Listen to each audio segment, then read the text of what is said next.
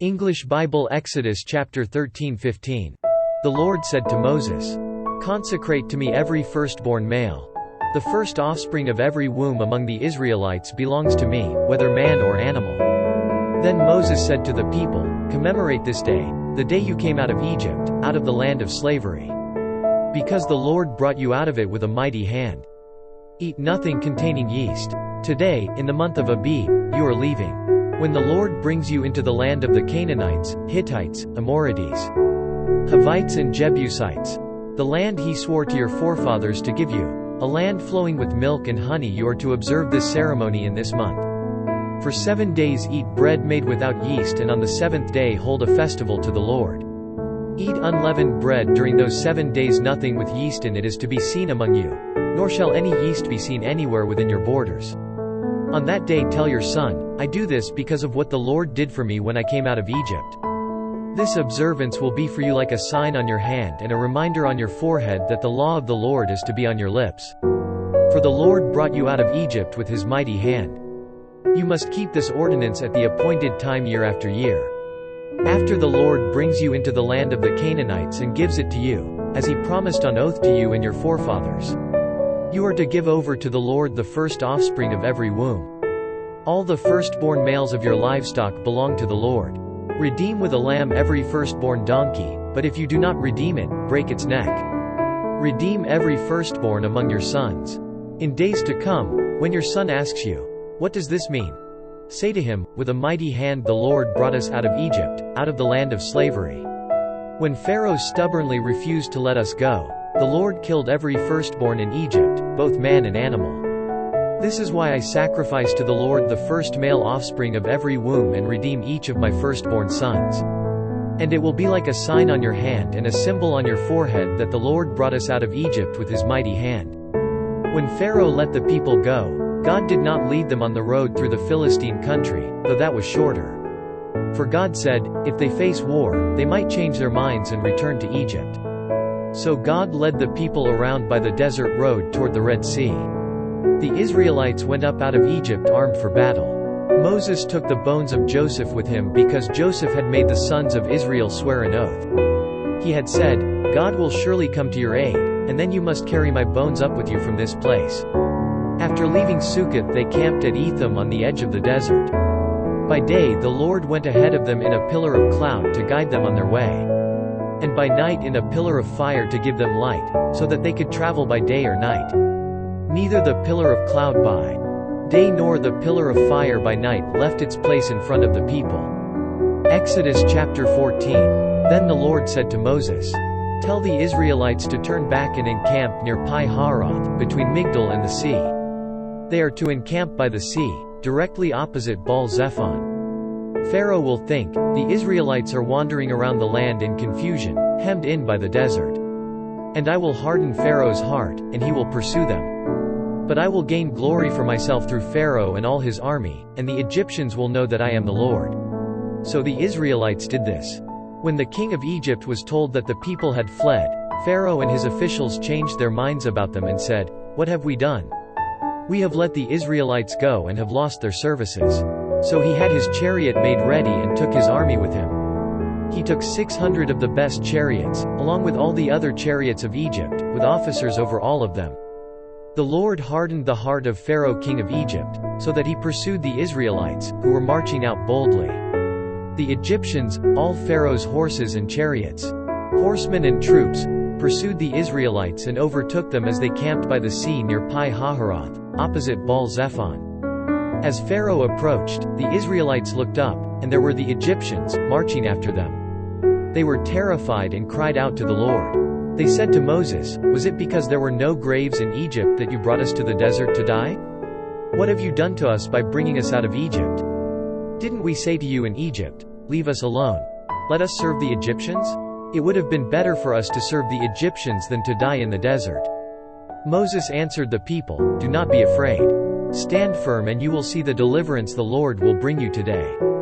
The Egyptians you see today you will never see again. The Lord will fight for you, you need only to be still." Then the Lord said to Moses, "Why are you crying out to me? Tell the Israelites to move on." Raise your staff and stretch out your hand over the sea to divide the water so that the Israelites can go through the sea on dry ground. I will harden the hearts of the Egyptians so that they will go in after them.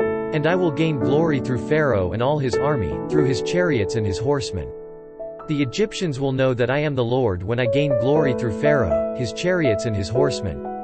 Then the angel of God, who had been traveling in front of Israel's army, withdrew and went behind them. The pillar of cloud also moved from in front and stood behind them, coming between the armies of Egypt and Israel. Throughout the night the cloud brought darkness to the one side and light to the other side, so neither went near the other all night long. Then Moses stretched out his hand over the sea, and all that night the Lord drove the sea back with a strong east wind and turned it into dry land. The waters were divided, and the Israelites went through the sea on dry ground, with a wall of water on their right and on their left. The Egyptians pursued them, and all Pharaoh's horses and chariots and horsemen followed them into the sea. During the last watch of the night, the Lord looked down from the pillar of fire and cloud at the Egyptian army and threw it into confusion. He made the wheels of their chariots come off so that they had difficulty driving. And the Egyptians said, "Let's get away from the Israelites. The Lord is fighting for them against Egypt." Then the Lord said to Moses, "Stretch out your hand over the sea so that the waters may flow back over the Egyptians and their chariots and horsemen." Moses stretched out his hand over the sea, and at daybreak the sea went back to its place. The Egyptians were fleeing toward it, and the Lord swept them into the sea. The water flowed back and covered the chariots and horsemen, the entire army of Pharaoh that had followed the Israelites into the sea. Not one of them survived.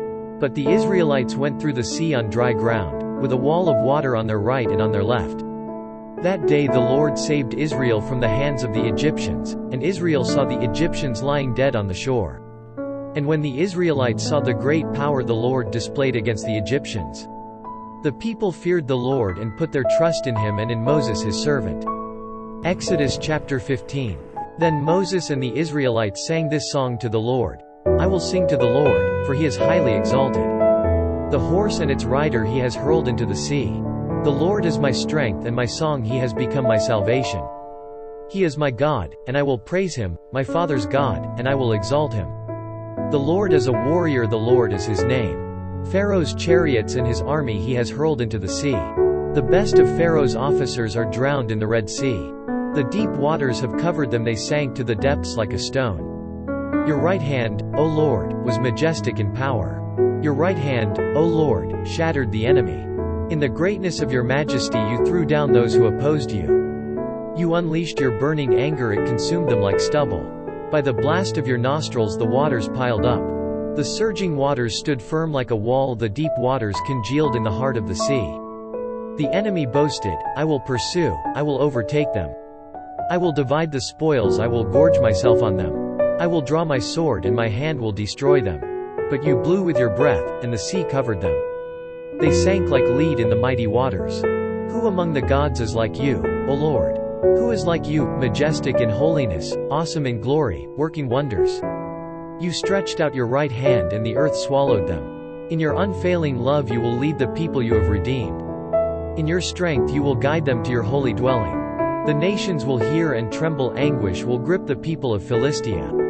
The chiefs of Edom will be terrified. The leaders of Moab will be seized with trembling. The people of Canaan will melt away. Terror and dread will fall upon them. By the power of your arm they will be as still as a stone, until your people pass by, O Lord, until the people you bought pass by. You will bring them in and plant them on the mountain of your inheritance, the place, O Lord, you made for your dwelling, the sanctuary, O Lord, your hands established. 15:18 The Lord will reign forever and ever. 15:19 When Pharaoh's horses, chariots and horsemen went into the sea, the Lord brought the waters of the sea back over them. But the Israelites walked through the sea on dry ground. The Lord will reign forever and ever. When Pharaoh's horses, chariots and horsemen went into the sea, the Lord brought the waters of the sea back over them. But the Israelites walked through the sea on dry ground. Then Miriam the prophetess, Aaron's sister, took a tambourine in her hand, and all the women followed her, with tambourines and dancing. Miriam sang to them, Sing to the Lord, for he is highly exalted. The horse and its rider he has hurled into the sea.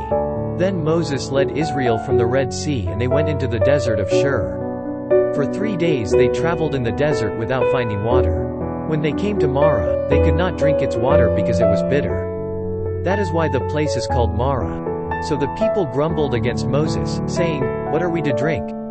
Then Moses cried out to the Lord, and the Lord showed him a piece of wood. He threw it into the water, and the water became sweet. There the Lord made a decree and a law for them, and there he tested them. He said, "If you listen carefully to the voice of the Lord your God and do what is right in his eyes, if you pay attention to his commands and keep all his decrees, I will not bring on you any of the diseases I brought on the Egyptians, for I am the Lord, who heals you." Then they came to Elim, where there were 12 springs and 70 palm trees, and they camped there near the water.